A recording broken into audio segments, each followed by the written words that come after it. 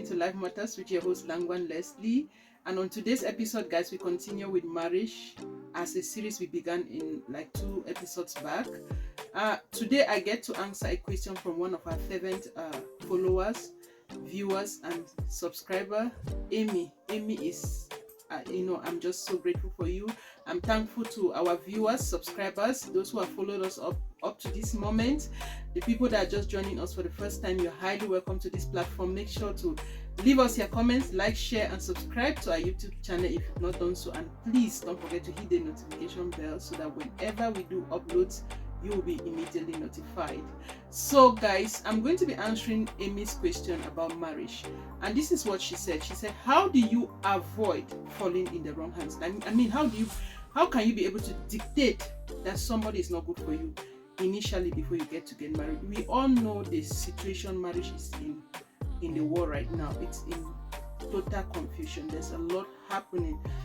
The enemy is attacking a lot of marriages. So marriage is one of those things that you want to do all you can to prepare before you get into it. I mean, it's not going to be only your destiny at stake. It's going to be the guy involved or the girl involved. It's going to be the children you are going to bring forth. It's going to be your family members, guys. So if you get into wrong marriages, it affects so many things about your life, your destiny, and everything, like I said previously in my first videos. So Amy, I'm going to be diving to the first point that I'm going to be sharing with you today. And the point I'm sharing is based on me learning after I failed, and also just learning from people's experience. I'm not sharing this as a counselor. It's not a counselor's advice.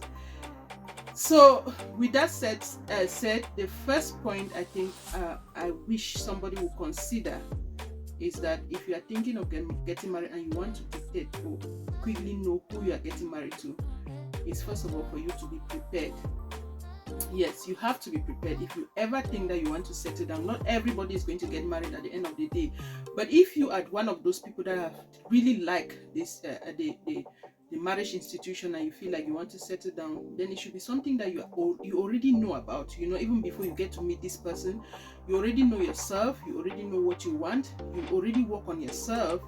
And like put down the things that you expect in somebody, like questions you want to ask them, whatever, put them together before you even start thinking. The second point I will advise you, Amy, and anybody that will be watching this video, to avoid to fall into a pitfall is, as a Christian like you are, Amy, make sure to pray.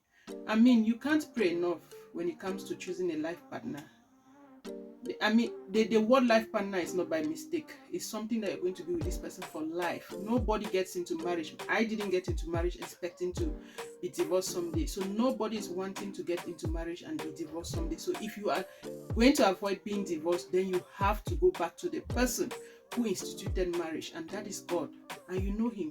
So you go back to him, you pray to God, following your likes, your dislikes, the things that you put down from the first point, the points that you had put down that you wanted to see in your partner, or you want to see how your marriage go, or whatever you prayed, you had planned, and you pray about those points. Pray about them. Pray and ask God's will for your life. Pray and ask God to direct you.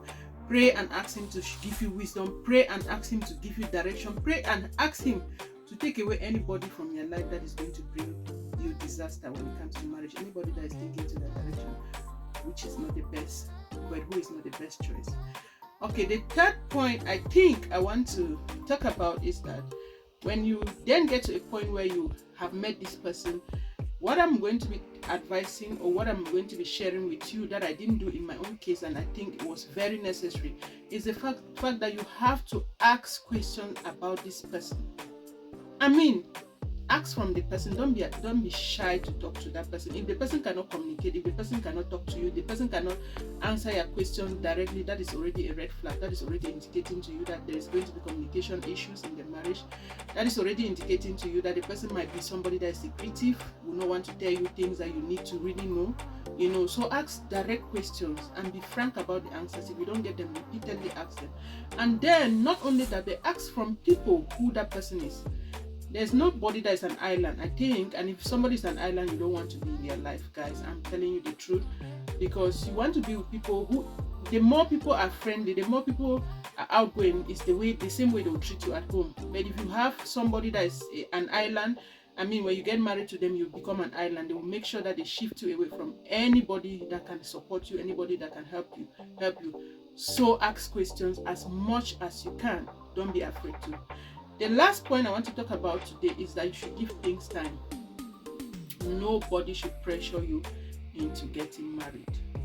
I mean, people have had situations where they meet people and before they know it, like I feel like children of God, if you've already prayed and all of that, sometimes you meet people and it doesn't take long, and there are so many things about people that you get to understand immediately or quickly and get married. But to me, time reveals a lot of things. I feel like giving time is letting you and the person getting to know each other better. I know people still know each other and still make mistakes, but I feel like time shows you a lot of things. And when you give time, also be vigilant. Why you give time? You are not just giving time for time's sake, but you are giving time so that you are getting close to the person, you are getting to know the person, and then you get to figure out who the person is, their likes, their dislikes, the kind of things that they want to do. I mean, all those kind of things you get to discover. With time, you get to see red flags. If this is not the person that you are supposed to settle with, then you get to see red flags about them. You get to see things about them that you might not like, And not to say that this person might be a bad person that will not settle in their life. They might be able to settle with somebody else that will like what they have. But with you already know what you want. You've prayed for what you want, and obviously God is going to open your eye for you to see and understand when it comes to who to actually choose. Amy, I hope I answered your question. If that was not enough, please leave me another comment in the comment section and let me know, and I'm going to be doing another video. Love you guys so much. Thank you for watching this far. See you in the next video. Bye for now.